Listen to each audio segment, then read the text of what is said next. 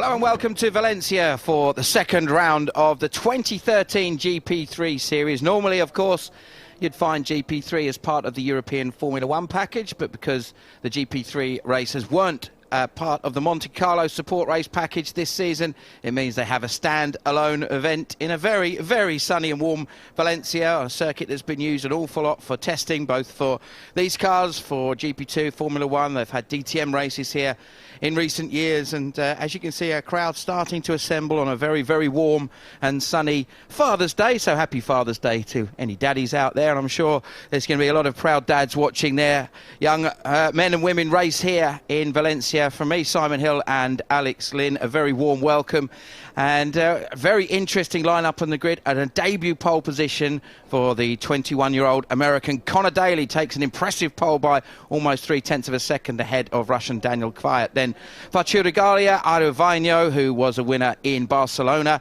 Kevin Korzius, who was quickest in free practice, Teo Elenis, the current championship leader, the Cypriot, doing a superb job to take pole and a win in Barcelona. Britain's Dino Zamparelli, apologies Dino, I've done that a couple of times, Carlos Sainz Jr., Robert Vazoyu, then Jack Harvey, and then further down the grid, some frustration for a couple of British drivers, Alex, a couple of drivers that you know well, Nick Yellerley and Lewis Williamson, having some issues after qualifying. Yeah, no, unfortunately, Nick and Lewis got excluded from qualifying. Nick said to me earlier on today that he went off during qualifying and bent the floor, so unfortunately part of his floor was too low for the ride height check. And no, for sure he's going to be trying to come through the field very, very quickly today. He should have been on P3 yesterday and was extremely fast, and he was fast in practice as well. So hopefully we can see a really good race from Nick, and he can try and get himself into the points. And if I was him, and I'm sure the team have already discussed this, he will be looking to get the reverse grid pole for this afternoon. It's doable. It's going to be a difficult place to overtake. It's a 4.003 kilometre circuit. It's an anti-clockwise circuit in Valencia as well. And also it's an 18-lap race. So it's going to be a difficult and demanding circuit, incredibly warm, over 30 degrees all weekend. Connor Daly looking the coolest of the lot. That was a very impressive lap. We didn't get to actually see the lap on our screens, but watching the sectors, when he put it together, Alex, it just looked absolutely hooked up everywhere. Yeah, he lit up the middle sector quite astonishingly. The first sector was not his personal best, but the middle was fastest of everybody by quite a bit. And it was enough to do the business. Yeah, it was quite late on in the session as well. In fact, the session was halted a couple of minutes early when Adderley Fong went off. There was a red flag. Well, in fact, there was a red flag at the beginning of the session when Ryan Cullen went off in his Marussia entered car, and unfortunately was able to take no further part in the session. So he's well and truly off the pace. He's also got a grid penalty for an incident in Barcelona, so he's well and truly down. But also, we not only noticed there about Lewis Williamson, who had an issue with the brake caliper seals not conforming, and that's why he was excluded, but also Kuyala, who was excluded, his times were excluded for overtaking under the red flag. When the red flag went out with a couple of minutes to go, just before the flag had gone out, we saw Connor Daly and Daniel Kvyat put in some superb times. Nick Yellerley had briefly been on pole position as well. And then the interesting one that we were talking about this morning was Carlos Sainz Jr., who is 9th on the grid, now moved up to 8th with the exclusion of Yellerley from the times, but was on an absolute flyer when the red flag came out. Yeah, it's unfortunate for Carlos. He was kind of left out to dry during the red flag. So hopefully we can see him come through the field, and for sure he's starting 8th and he won't want to finish there as a reverse grid pole at the moment, but for sure he's going to be trying to make it up the grid and get some more points. Now, of course, these are the new for 2013 GP3 cars, an all-new Dallara design car, more aerodynamics, a lot more powerful engine, 400-plus horsepower from a 3.4-litre AER V6. There is Teo Elenis in a Marussia Manor racing car, who won at Monza at the end of last year and started off this season where he left off with a pole and a win in Barcelona and a consistent run in the second race as well. And was looking good perhaps for pole. He had a bit of an off during one of his early new tyre runs. Most of the drivers using 2 sets of tyres during qualifying. As we heard, unfortunately, that biting Carlos Sainz a little bit. But the factor with the tyres is they are Pirelli tyres, much like their Formula One counterparts. And again, like Formula One, there has been issues in terms of understanding how best to make the tyres work over the distance. There is no tyre stock for GP3, so it's just 18 laps of sprint racing. but it is going to be about tyre management. What do you think the factor's going to be here, Alex, in terms of who's going to do what to try and get the best out of them? I think, like you said, it's a sprint race, and it's hard to say what the degradation is going to be like. The circuit is quite a smooth circuit, so I don't think it's going to be as aggressive as Barcelona, but it's hard to say, to be honest. And also the other thing is the circuit has been resurfaced. You had a message from Nick Yellerly yesterday. He said he couldn't believe how much more grip there was since when he tested there a couple of years ago. Yeah, this is usually a circuit that GP3 have for a mid-season test, and since then it's been resurfaced, and it's probably 2 to 3 seconds faster at least. But it's hot track conditions today, and it looks like it's going to be a really nice day for a motor race.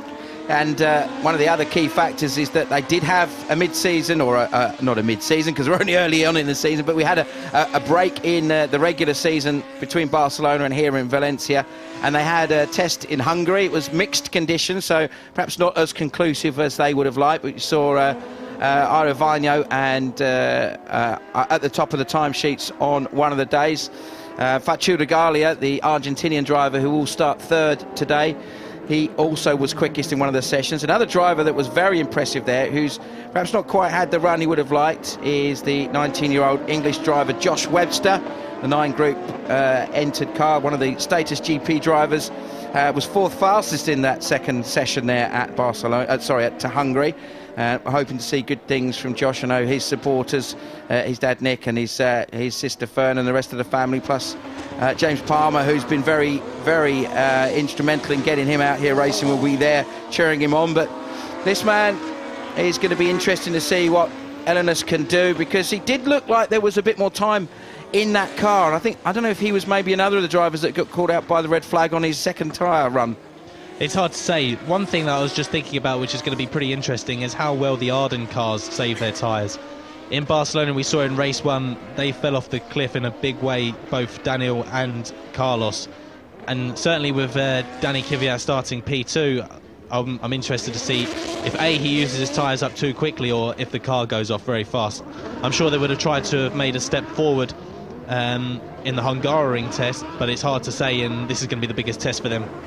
Yeah, I think all of these drivers and teams are really concerned about that tyre drop-off. It's going to be a really significant thing. And also, when we get to race 2, we have, you mentioned about the reverse grid pole. The top 8 drivers, the top 8 finishers will be reversed. So whoever wins will start 8th, and whoever starts 8th will start 1st, and vice versa. Then from 9th backwards, it's where you finish. So you might get some very quick drivers having to fight their way through.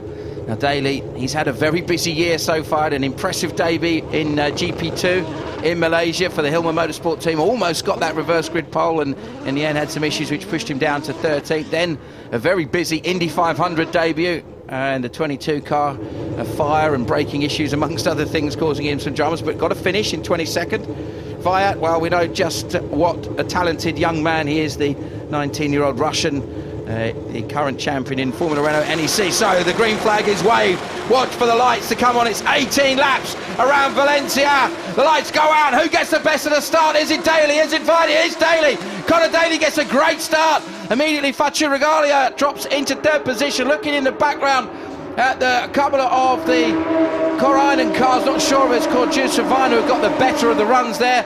Just seeing if everybody gets through those first couple of corners neatly. Big lock up from Carlos Sainz, I think that was. And off goes the 24 car. And that is a problem for Fuminelli. And I can't see who that is behind. It's one of the status cars.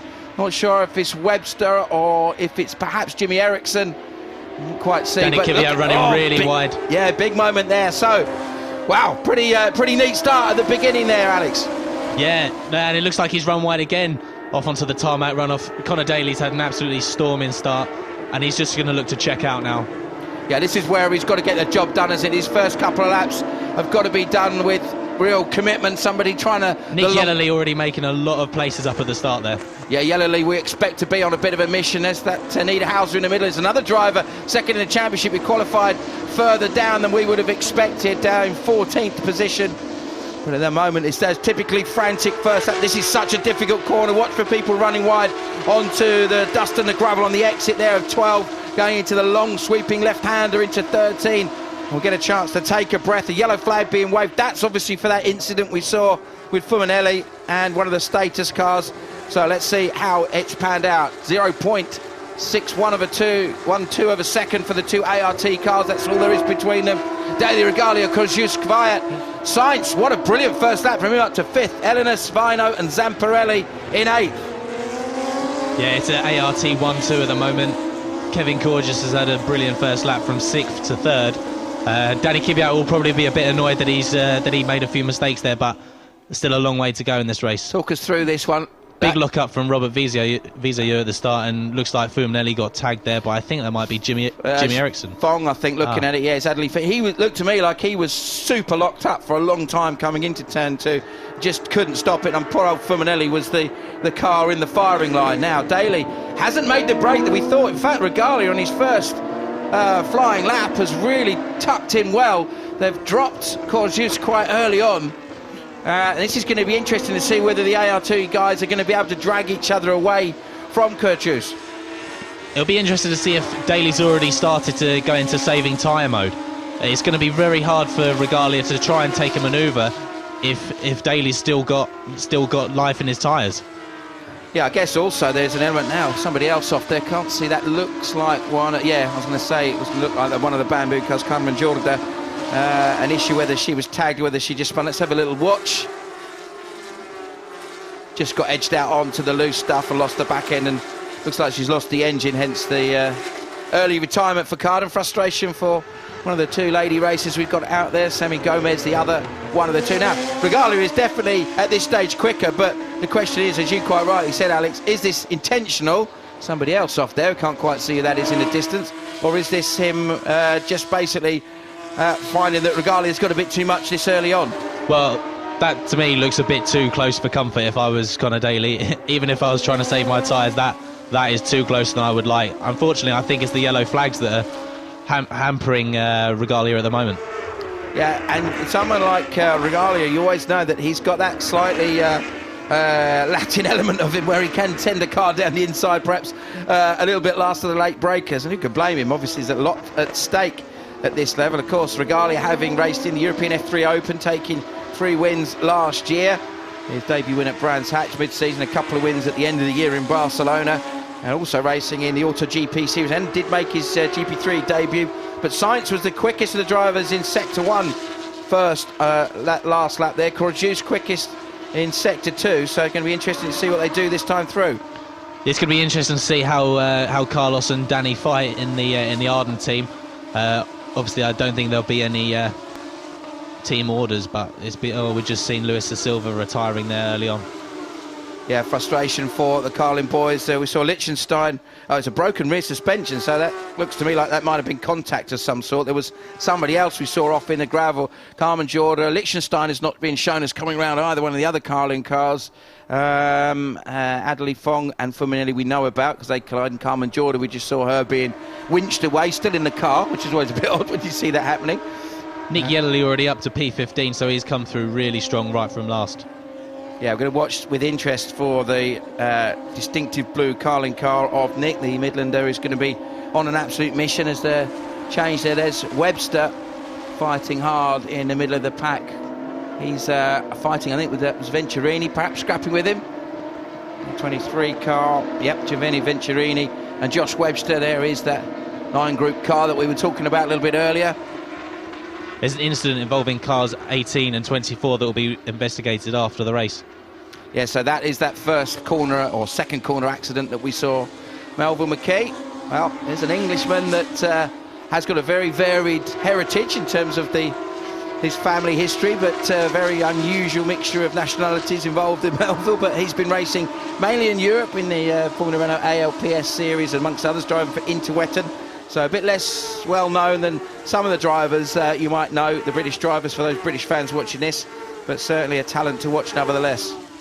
Yeah, I've just seen passing through the shot there that Fakir Regalia is very, very close to Conor Daly now. They're just starting to break away from the rest of the field. The ART car's looking particularly strong today. We just saw a shot of the third ART car of the current British Formula 3 champion, Jack Harvey, currently sitting there in 10th position. So hopefully from Jack's point of view there'll be an opportunity to try and make some ground. Elinas, 6th. Well, from a championship point of view, the top 3 in the series is Elinas, Niederhauser and Vino. So at the moment it's Elinas who is the furthest up the order in terms of the top 3 in the championship. Niederhauser's now up to 12th. Vino now in 7th position. So championship-wise, he could be on for extending his lead slightly, although Daly, who's in 4th, will be taking a big chunk out of that lead if it stays as it is. It looks like Kajala is set to get a penalty for overtaking under the yellow flags, which obviously he got a penalty for overtaking under the red flags yesterday, so not exactly looking at the flag signals there for Mr. Kajala. Not quite doing what he's supposed to be doing there. We see the 11 car of Niederhauser that we were talking about earlier. Here comes Conor Daly to start another lap with a very, very intent Faccio Regalia, doing everything he can to close it now. Lap times wise, they're almost identical. 1:25.115 for Daly, 1:25.190 for Regalia. Meanwhile, a little bit further back, 1:25.2 for Corjus. So he's just dropped back very slightly. The gap now 1.762 seconds between the leader and third place. Fiat, Sainz, Elinas, Vino, Zamparelli. That's the rest of the order. Fastest lap for Carlos Sainz as he's just crossed the line at 1:24.573. So that's 0.8 of a second faster than the leaders. It's interesting. That's obviously, I'm interested to see, like what I said earlier with the Arden cars, maybe using their tyres up too quickly. And it seems like, certainly on that last lap, that Danny Kvyat and Carlos Sainz were setting personal bests all the way through that lap. So it'll be interesting to see if they've already used their tyres or if they're gonna stick with it. Now it's 3 sets of Pirelli tyres. It's the medium compound Pirelli tyre that all the teams have been allocated. Excuse me, and that means that some of the teams would have used a new set in free practice and 2 new sets in qualifying. Meanwhile, others will have used all 3 for qualifying, and that could have worked for or against you with the red flag situations that we had. And therefore, one would imagine that they're basically taking the best 2 sets and use those for the respective races. Yeah, I think that would definitely be the plan. I think the plan would be if I was them, if I had a better set and I was starting round about 10th or 11th, you'd maybe try and consider the reverse grid race and use your worst set for or we'd just see them move down the inside by Robert Vizeu. He just gets cut off there by Dino Zamparelli. Yeah, Dino did a very, very good job in qualifying. The young Bristolian, the former BARC Formula Renault champion, former Ginetta Junior champion, in fact, back in 2008. A BRDC Rising Star, a fabulous program that the BRDC put together to give young drivers a leg up. And of course, Josh Webster, another rising star, as is Nick Yellerly, and of course we've seen Jack Harvey as a superstar, much like yourself, Alex, as part of your FIA Formula 3 European Championship program. So as to have that sort of support. Talk us through the start again. It just looked like that Conor made a really, really good start. The getaway was good, minimal wheel spin you can see there, and it looked like that Danny had a bit more wheel spin, but both starts equally good. And it was Liechtenstein, I think, that was left on the line there. We saw the yellow flags being waved. A little bit of a lock up there. Now let's see this, if we can see this shunt between there's Liechtenstein's car on the right hand side of the grid as we look at it.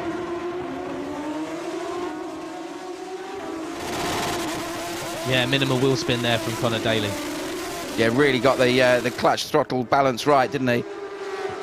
It looked like there was quite a few cold brakes out there, a few people locking up both fronts going into turn 1. Let's see if we can, if they follow this through to see the incident. No, they weren't. Now this time Daly seems to have just edged away a little bit, and there you can see the gap each time roughly about the same. It's negligible, really, isn't it? As a driver, Alex, when you're in this situation, what are you looking for in terms of managing that gap? You know that the driver behind you is quick enough to put pressure on, but what are you looking to do in terms of making sure that the gap's what you want to see?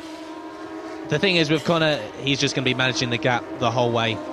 He doesn't want to let Facu get close enough so he can actually think he can make a move. But we see Danny Kvyat is making a big inroads into Kevin Corjus, and we could be seeing a move imminently. Yeah, Kvyat's obviously quicker in qualifying. Corjus was the fastest driver on track in free practice. In fact, the time that he set was a 1:25.0, which was 0.3 quicker than the pole time that we saw. Now, the weekend, a little bit different format to what you'd normally expect to see for the GP3 runners. Normally they get free practice on a Friday, qualifying and the first race, effectively the race we're watching now, would be normally on a Saturday, and then race 2 early on Sunday morning. Whereas here it's a 2-day event, free practice, qualifying Saturday, 2 races Sunday. And that does change the structure of how they go about things slightly, and it means that also, perhaps in terms of what they're getting out of the track, the fact that there's no F1, no GP2, no Porsche Super Cup rubber, that's got to be a factor, Alex. I think it's going to make the track a lot more consistent for these GP3 cars, just having their rubber going down, and it'll make it a lot easier for the teams to second guess which way the track's going to go. Well, currently lap times wise, we're looking at the fastest car out there last time round was Carlos Sainz, still a 1:24.573, which is a couple of tenths off of the pole time that we saw from Conor Daly. But Daly at the moment now lapping a little bit quicker, 1:25.115. And that's going to be important that he can just get that gap up now. If he can keep that at around about 8 tenths and manage his tyres, he's going to be in really, really good shape for the last part of the race, Alex. Yeah, the only problem is that, as we just see, Zamparelli again being hampered by Visioni. No, not quite going down the inside. Dino defending very well. But yeah, like I said, I think part of the problem is that you can be very fast, but as long as you're tucked up behind another car's dirty air, you're going to be hurting your tyres quite a lot. Presumably that's one of the sort of tricky things to balance with a car that's got a lot more aerodynamic performance, like the latest generation GP3 car's got. You're going to get affected through corners like this, where the front end of the car presumably is not going to be able to work as efficiently in that dirty air. It's very frustrating when that happens. You've soared up to the back of another car and there's just absolutely nothing you can do about it, and that's the frustrating thing when it comes to racing like this. But hopefully by the end of the race we're going to be seeing tyres go off and we will be seeing overtaking. Yeah, now interesting, the leaders now down into the mid 126s, so over a second slower, second and a half slower than they've gone already at this stage in the race. So that does indicate either tyres have gone off very quickly, about half distance, or they're really having to manage the tyres to make them last.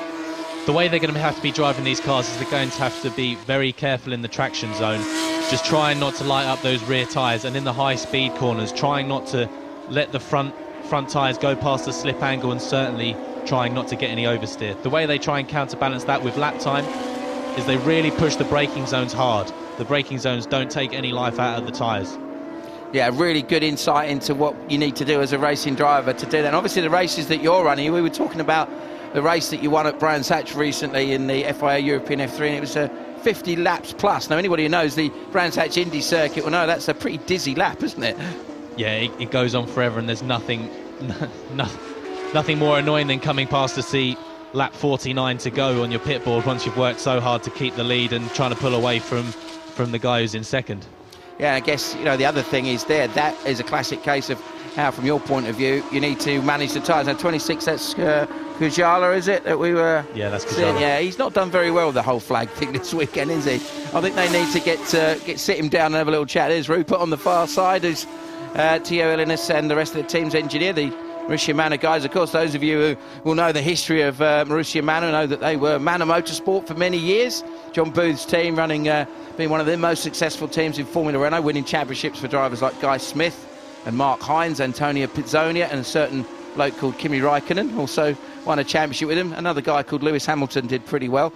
And then, of course, they divided up to do the F3 stuff with Mark Hines and Pizzonia winning the championship. There's Kujala's drive-through, and also continuing their success in Formula Renault. And of course you've raced against them at many levels with your experience, Alex, both in Formula Renault and onwards and upwards.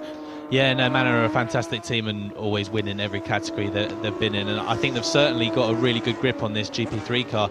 Tio's driving for them and doing a stunning job, and Dino's been putting in some really great results as well. Yeah, Tio Ellis, of course, a man that pushed you very hard to the 2011 British Formula Renault Championship. A couple of wins for Tio that year. It was for a newbie that year. It was very impressive, and I know that you were saying yesterday he's one of the toughest guys to race. Now here's Josh Webster being put under a little bit of pressure from his Swedish teammate Jimmy Eriksson, and it'll be interesting to see who gets the best of the battle of the status cars. Yeah, we just see Webster getting a bit of oversteer on the exit of that slow speed middle hairpin turn 11, and it looks like his rear tyres might be giving up the ghost. Yeah, again, perhaps that's one of the things we're moving up into this much power. Of course, he's used to Formula Renault, which has got half the power of this and a lot less grip. Of course, different set of circumstances, hugely competitive grid. Now, it's going to be a big learning curve for Josh, but he's seeming to get his head around it quite well. Ericsson, a bit more experienced, of course, having raced in Formula 3 amongst other things, so perhaps you'd expect him to be able to deal with that a bit better. Going back to our battle for the lead. Yeah, Conor Daly just keeping the gap very, very nicely there, just under a second there to Regalia, but it seems like Connor's got it completely under control, and it doesn't look like that Facu's going to be making any inroads at the moment. But certainly, like I said, we've got a few laps to go, and who knows how Connor's tyres are looking. The experience that Daly will have picked up this year from his GP2 outings at one of the most difficult circuits physically and driver-wise. He was at Malaysia, of course, for Hilmer, and of course doing arguably the world's greatest motor race, although there's a certain race going on in France next weekend called the Le Mans 24 Hours that aficionados of that will argue that that's the greatest one. But doing the Indy 500, doing GP2, what will that give him in terms of this experience here he's got now? What will he get sort of psychologically out of that, do you think? At the end of the day, he's raced at the very highest ranks of Formula One now. Of racing now, the bar of Formula One. So he's done the Indy 500, he's done a GP2 race. There's not much more experience he can get now in terms of top flight racing bar Formula One.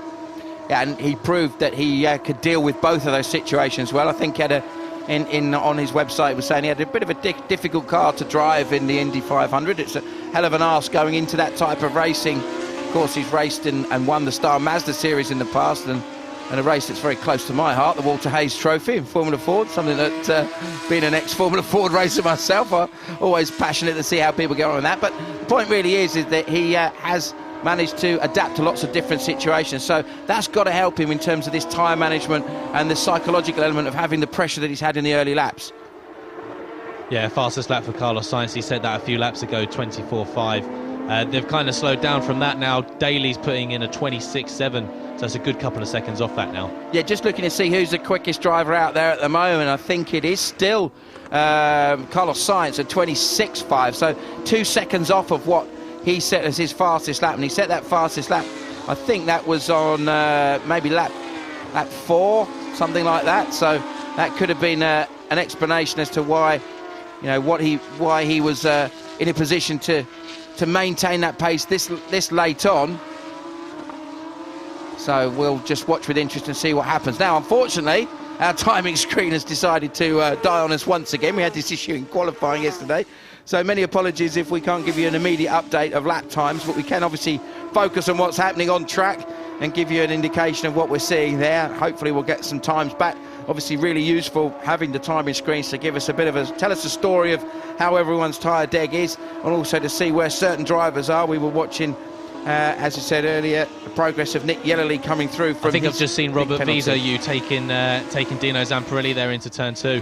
Yeah, it looks like he's made that position. So it'll be interesting to see actually how much pace he's got. We know that his teammate Carlos Sainz has been flying all race in terms of lap time, but hasn't actually been able to make up positions. But we'll see if he'll be able to. I think that's maybe a Karainen car that he could fly up to the back of.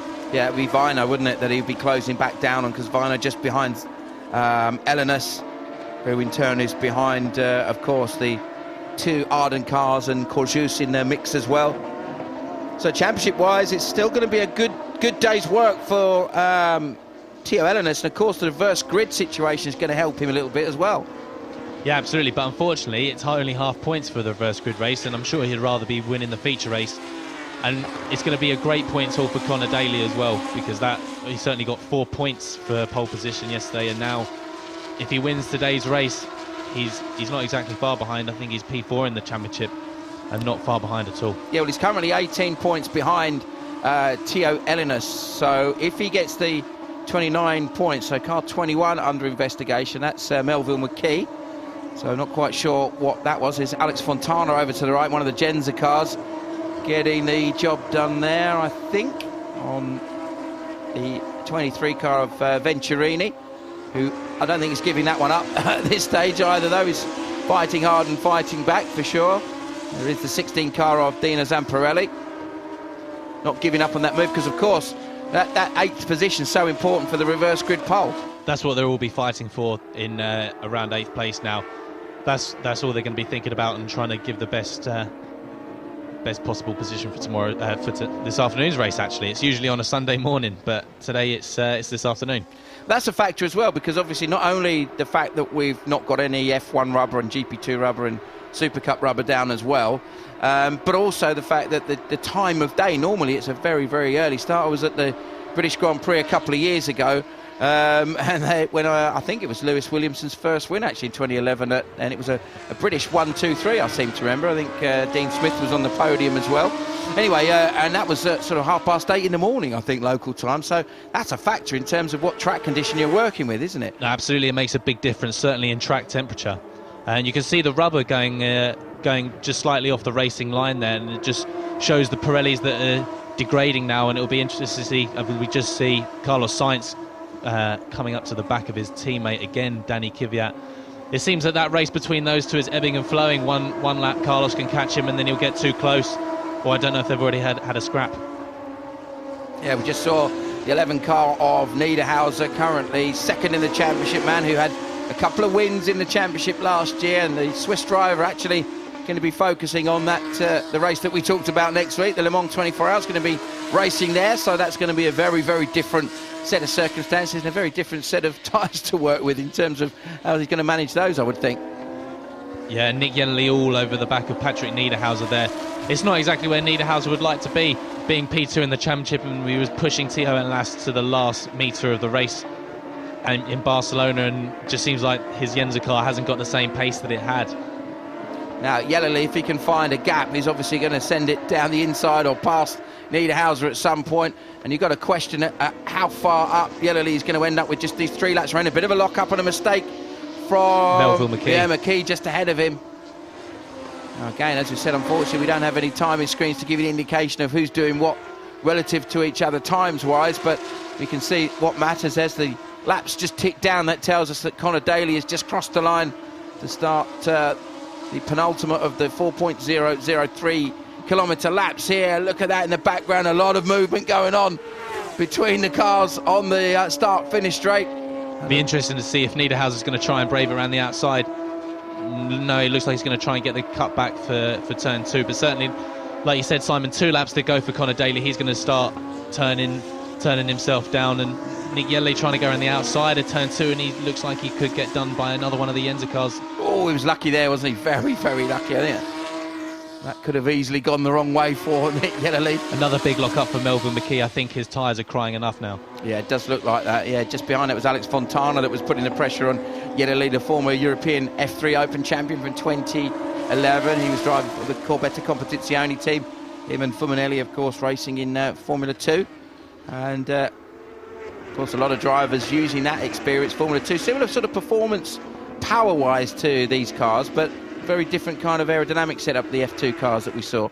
Yeah, I think the Formula 2 car's got quite a lot of ground effects compared to it. Obviously, now the championship isn't running anymore, but that had a turbo engine and this is a normally aspirated. And Niederhauser's again all over Melvin McKee. He's got 1 lap to go now. Let's see if he can keep those guys behind. At the end, they're not racing for points, so it'll be interesting. So this is it for Connor Daly. Is it going to be his first win since the opening round in 2012 at in the reverse grid race in Barcelona? Took a victory there and was always in the mix. Had the most spectacular exit from any race that we saw all year. Last year was round the outside, trying to get the job done very, very late on the brakes there. Look for Nick Yellerly getting the run. Yellerly's got the run. Is he going to make it stick? I think he is. Yeah, great move by Nick Yellerly. Can he get Melvin McKee as well? And I think Fontana has got past Fuminelli as well. Oh, nearly a contact in the background. Oh, McKee's tyres are absolutely finished now. Yeah, big lockups in nearly every corner now. Yeah, Nick's going to be annoyed that he's not actually racing for points or even the reverse grid pole. His pace was a lot better than this, and it's just a bit frustrating that we haven't seen him closer up the front. Again, yeah, Melville's tyres just haven't got any grip in the traction zone, and Nick's look pretty fresh. Yeah, of course, sorry, Niederhauser, not Fuminelli that I was talking about there, my apologies. Misidentified that car in the heat of the action. But this has been the man. Pole position by 0.3 of a second. Under pressure early on in the race, controlled it beautifully, edged away at 1.120 seconds last time across the line. Connor Daly takes victory in the opening race of the weekend. GP3 Valencia, the 3rd round of the championship, goes to him. A great result and the best result of his series so far for Faccio Regalia, an ART Grand Prix 1-2. 3rd for Kevin Corjus, ahead of a charge in Daniel Fiat and Carlos Sainz. This is not finished though. This scrap to the line. This is for around about 11th position backwards. McKee, I think, is just going to hang on. He is. It's going to be Melville McKee, who just hangs on to 11th ahead of Nick Yellerly. But the important ones, those top 8, it's going to be Vizoyu, who will start on pole ahead of Vaino. Elenis, an excellent 6th, is going to give him 3rd. Carlos Sainz, I think, could be the man to watch in that second race in terms of the pace we've seen so far. Fastest lap by some way for Carlos Sainz Jr. Yeah, certainly very, very fast there. Yeah, good result from the ART boys. That's a 1-2 for them, and yeah, they've controlled this whole weekend so far. Certainly with Connor Daly putting an emphatic pole position in yesterday and making it look very easy this afternoon. So for me, driver of the race, obviously Connor Daly, you can't say anything other than he's done the job that he had to do. He got the job done brilliantly. Excellent start, under pressure under the first part of the race from Regalia. Controlled it, controlled his tyres, was still doing some solid lap times, and about as professional a driver as you could expect to see from the 21-year-old American. But also Sainz, great drive from him, up to 5th with fastest lap, looking very strong. Elenis doing the job he needed to do, keeping the car in one place. Zamparelli, a strong result, but Vizoyu doing well to get past.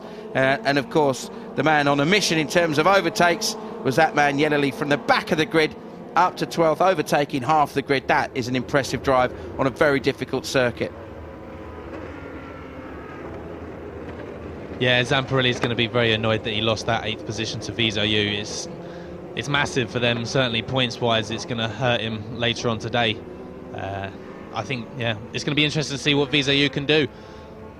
Well, if you look at the pace of his teammates, they certainly look like they were quick enough to win based on what we've seen. So let's just confirm the result then. Connor Daly wins his first race of 2013, in his first one since early 2012 by 1.210 seconds. Best result of the season so far for Faccio Regalia. Corjus, 3rd ahead of Fiat, Sainz, Elenis, Vaino. Vizoyu will take the reverse grid pole, and it's all British from 9th through to 12th. Zamparelli, Harvey, McKee and Yellerly. Great drive from the back of the grid after a penalty, after free practice, or after qualifying rather. He could qualify 3rd, but to get through to 12th in the Carling car, that bodes well for the second race. Niederhauser will be a little bit frustrated not to have made more progress, man second in the championship ahead of Fontana. Venturini's on Zini, Webster in 17th, a solid drive from him. Lewis Williamson, another man who had a penalty, came through and made a little bit of progress there ahead of Ryan Cullen. Patrick Kajala we saw had a drive through, and then retirements for Sir Silva. Gomez, who I think was the car that we saw off on the exit of turn 4. Fong and of course Formanelli colliding early on. Liechtenstein didn't get off the grid, and Carmen Jorda was the car that we saw spin early on the exit of the final corner. So some interesting stuff, Alex, and thoughts about race 2. What do you think we're going to see? I hope we're going to see a really good race. With the pace that Connor Daly had, it'll be interesting to see if he can come on through. But I think the big movers are going to be Elenas and Sainz. Certainly from Elenas, he needs to put in some big points in this second race, because Connor Daly has caught him up quite a lot. So this is going to need to be a big race for him. It is indeed. So we'll watch with interest to see what either of those guys can do. But Daly, I mean, he looked solid in free practice, but he was doing exactly that, a solid job. They're obviously working through a programme. You would have said that perhaps, arguably, Regalia looked slightly stronger in free practice, but that's not when it mattered. Qualifying was when it mattered. He got the job done brilliantly. It was such a superb lap late on, and you can see what that means to everybody involved. Yeah, very happy team. There's no nicer feeling, to be fair. Yeah, and he has done everything he needed to do. Of course, proudly waving the American flag. Did he kick something off the car then, perhaps? Because the boys all seem to laugh. You hope he's still got 2 wing mirrors on it now. Yeah, exactly. They're probably about $200 each or something like that, as far as Connor is concerned. A kick out the backside from Regalia. Obviously a good relationship between those two drivers. Always difficult. Oh, yeah. There you go. How American was that? Always difficult when you're racing against your teammate. You know what that's like. We've got some pretty strong teammates this year, haven't you?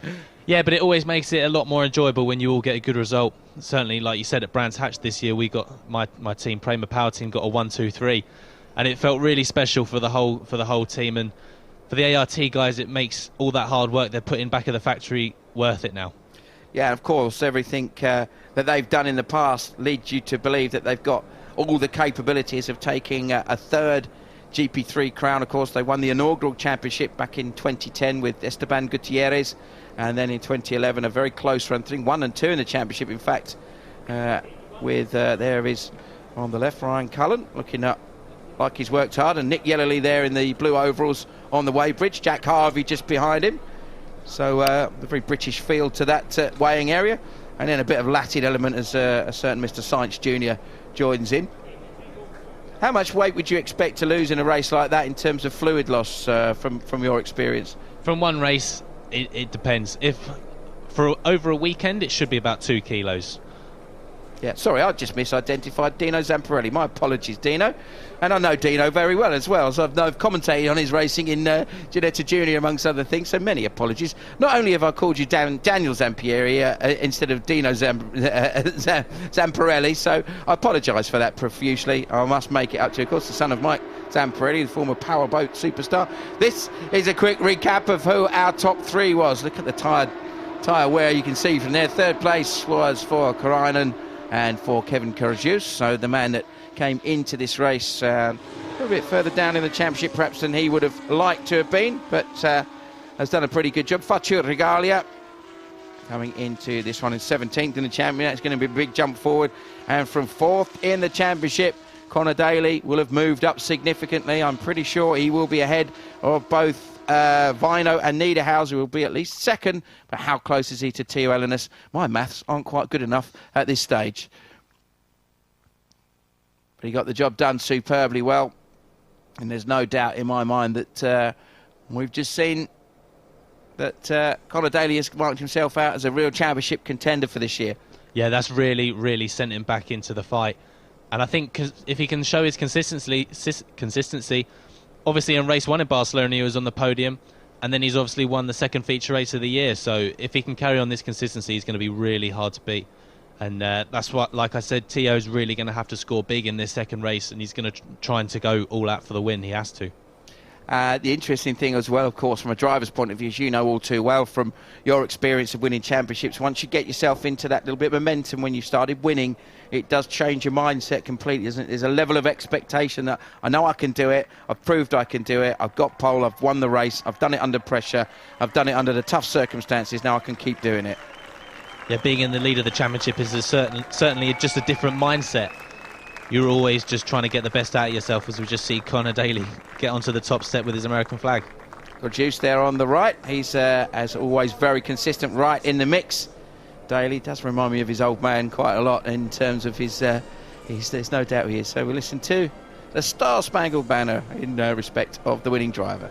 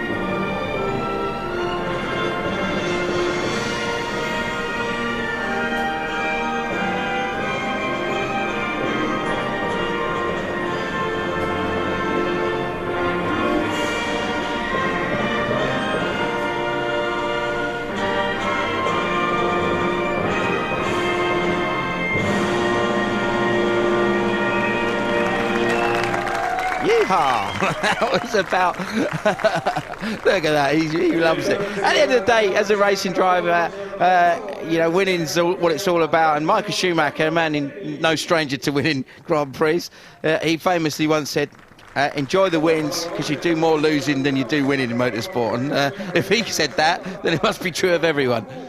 Yeah, you certainly lose a lot more than you win, but it's the winning that makes it all worth it. Yeah, and I think this young man has really stepped it up. You know, there's coming from the racing series that he did last year. He did a very, very diverse program, European F3 Open, and then also Auto GP, a little bit of GP3, and coming from the sort of background that he's had, that was perhaps, although those are good quality championships, this is a slightly different level. So to have shown that he can fight for wins will kind of give him the confidence to maybe be out there and really genuinely be in that position to challenge for pole and get wins later in the year. Yeah, Regalia seems like he's really stepped it up as we see them spraying the champagne and enjoying the moment. But yeah, he's come to the ART Grand Prix team, and they're notorious for turning drivers into winners.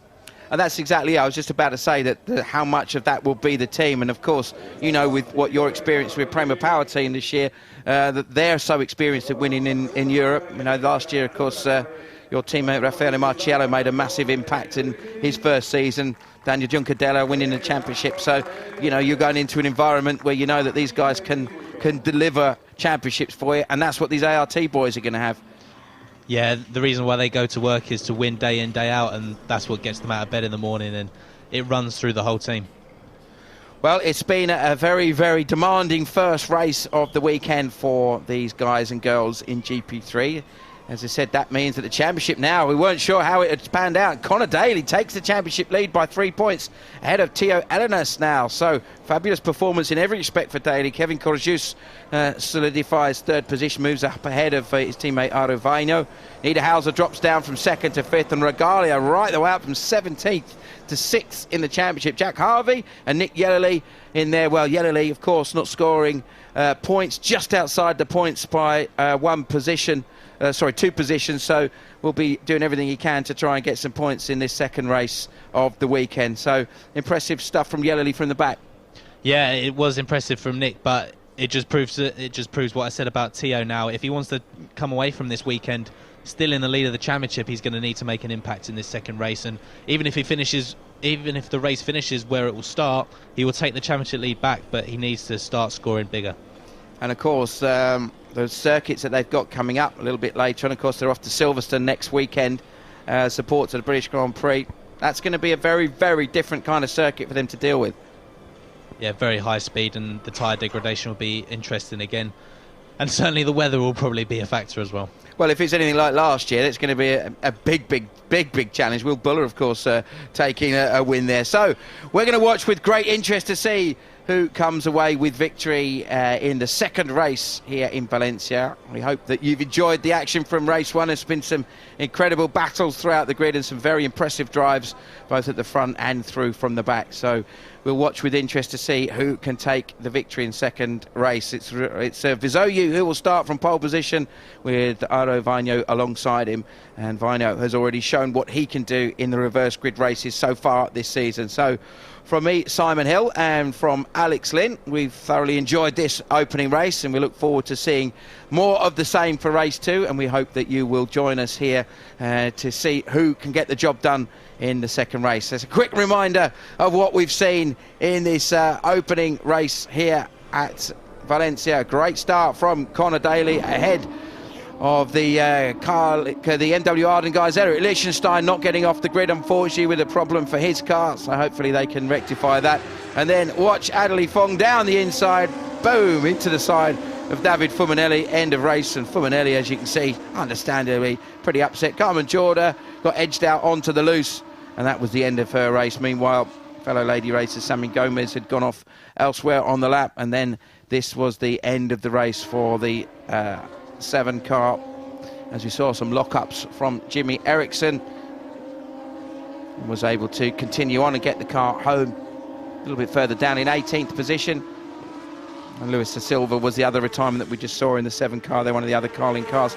Sainz, fastest lap of the race, but it was this man, Connor Daly, who got his head down, edged away from his teammate Fatur Regalia, and was to go on and continue breaking away. Some big lockups from Ericsson. The tyres working exceptionally hard. Sainz doing everything he can to keep in the hunt, as Murashimana guys watching with interest to see how their man Elenas, the furthest up of their drivers, plus Zamparelli, and of course Cullen, to see how they were doing. Fontana side by side down into turn 1. Fighting very hard with Venturini. You can see those tyre issues are a factor for absolutely everybody throughout the pack.